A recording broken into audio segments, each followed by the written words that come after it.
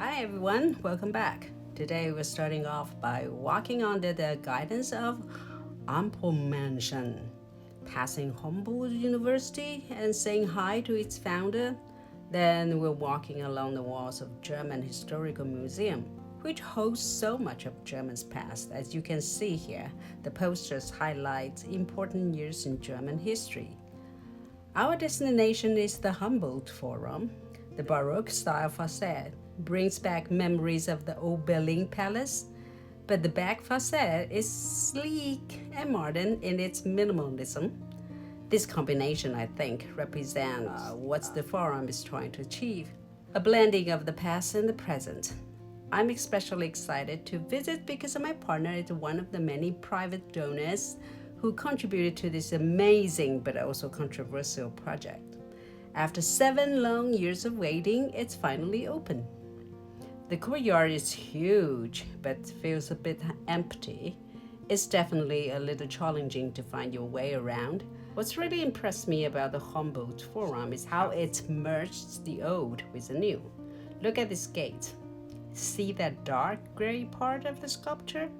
That was taken from the old palace. Since it's called a forum and not a museum, we expected more interactive features that would engage visitors both on-site and online, but honestly, we only found this. The Humboldt Forum sits in the heart of Berlin and positions itself as a world museum, showcasing artifacts from around the globe.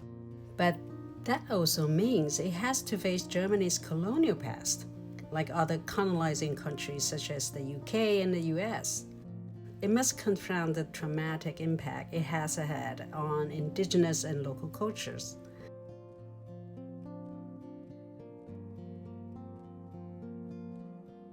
As well as the ongoing debate over returning looted, stolen, or purchased artifacts.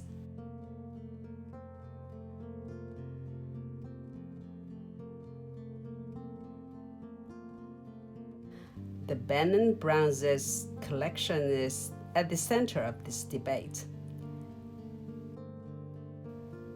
The displays are eye-opening, even for people like me who don't know much about Africa or its history, like the Kingdom of Benin.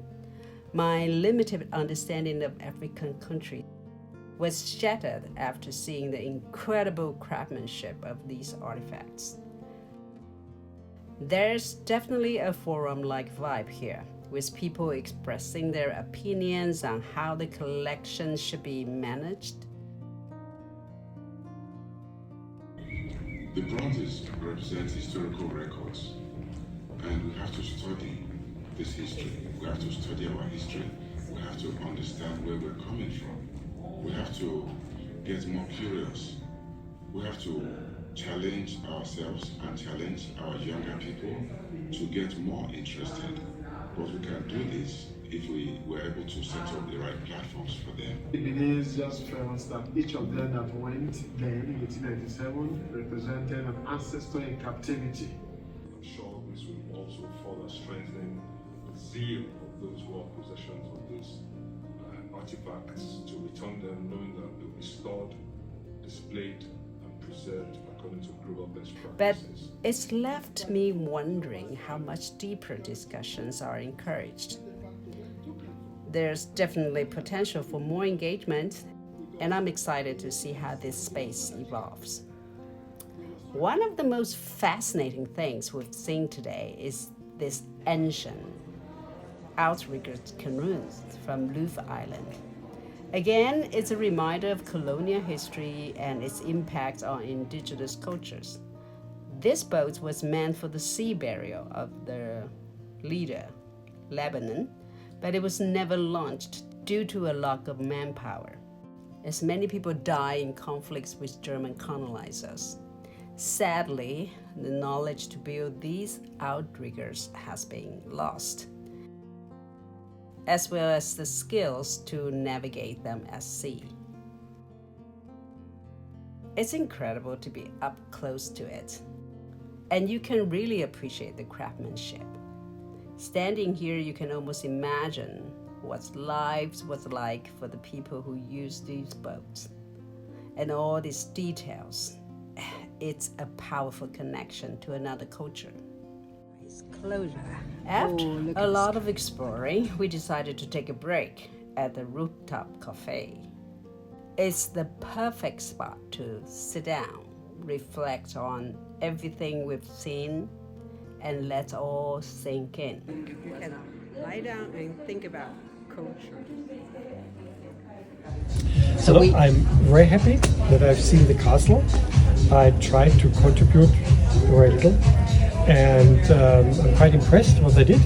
But a lot of the functions I expected I've not found.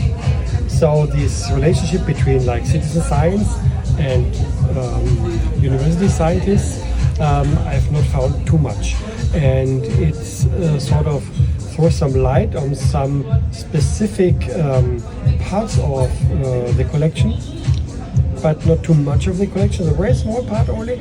And I expected that you can go to the whole collection digitally, that you can have maybe a screen and see all the elements of the collection, or listen to all these old records from like 1900. I would be very interested, but they only gave a few examples, maybe 5 or so, from